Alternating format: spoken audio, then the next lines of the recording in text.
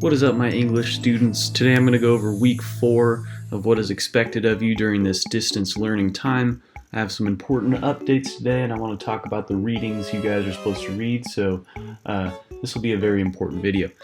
Now, before we begin, I do want to do my quarantine update.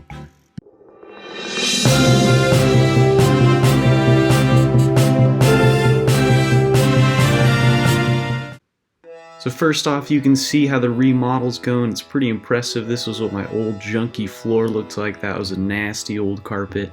And I got in these sweet white floors, painted the walls. It's looking pretty good. I got a bunch of junk on the floor, but just ignore that. I also decided to start a tomato garden. So you can see here, I had a tomato from the store and I took out all the seeds and I'm starting some little seedlings. So that's pretty exciting. Just to see how that goes. It's good to stay busy in quarantine and do some of these kind of hobby stuff just to keep your mind occupied. Now, I also want to go over some grading updates. This is for the entire school, not just my class, so this is the new school-wide grading policy. First off, we're not going to do A through D grades anymore. So you're not going to get an A, a B, a C, a D, whatever. You are going to get a pass or a fail. Those are your two options. Now, you can get a pass if you have an A, B, C, or D. That counts as a passing grade. And you will fail if you have an F. Now, you may have noticed in my class, if you already have a D, you've been staying at a D. And teachers are not allowed to drop you from a D to an F. So if you have a D in a class, you're kind of safe. Or if you have a D or above, you're safe now, and you will pass that class, which is kind of cool. Additionally, if you are in a math class, you do still need to have a C to move up to the next math class, okay? So for instance, if you're in Algebra 1 and you have a D, you will still pass, but you may not move up to that next math class. So check with your math teacher on that, but I believe you need to have a C or better. And the next update is there's no new work after May 28th. So after that date, you guys can make up work up until school is over, but teachers are not supposed to be assigning any additional work after May 29th. So that is another new update as well. Now, what is your guys' plan for this week? Unit 2, we're going to start our Courage unit. We're going to read 2 texts, The Terror and Monkey Man. I'll go over what those look like in a second, and then next week you guys will have 2 more short stories to read. So first off, we have The Terror.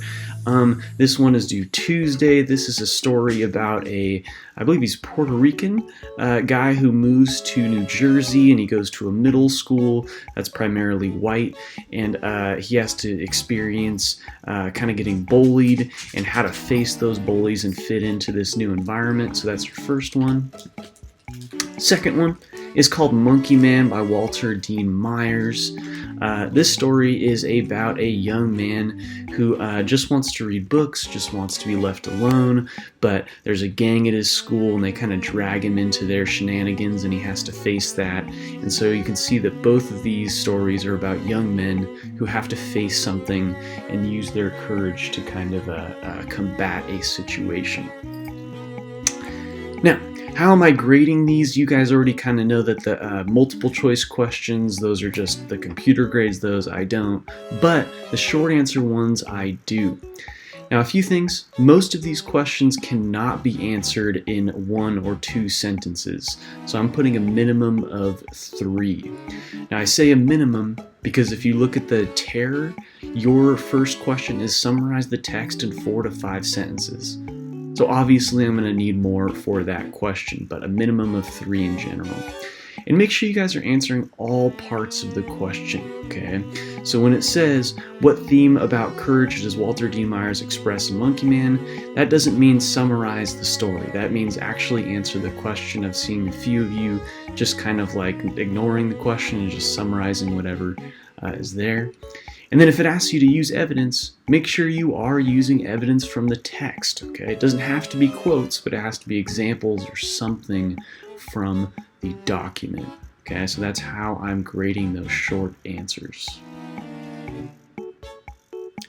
Now, a reminder on attendance, by Friday, I want you to go to the attendance under the topics tab, and I want you to fill out this form here. It should take a maximum of 10 seconds for this process, so please do that. That just makes sure that you guys are staying on task, make sure that people are logging into my stuff, so I'd greatly appreciate if you did that attendance.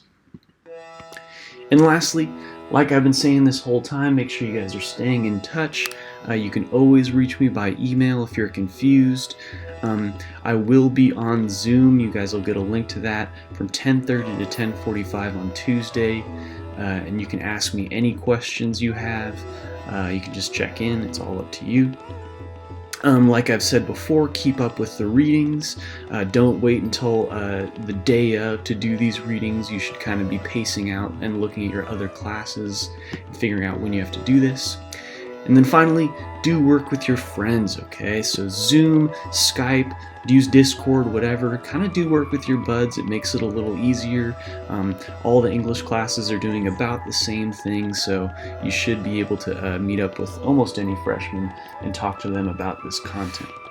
All right, I hope you guys are staying safe, and I'll see you in the next video. Again, if you have any questions, feel free to contact me.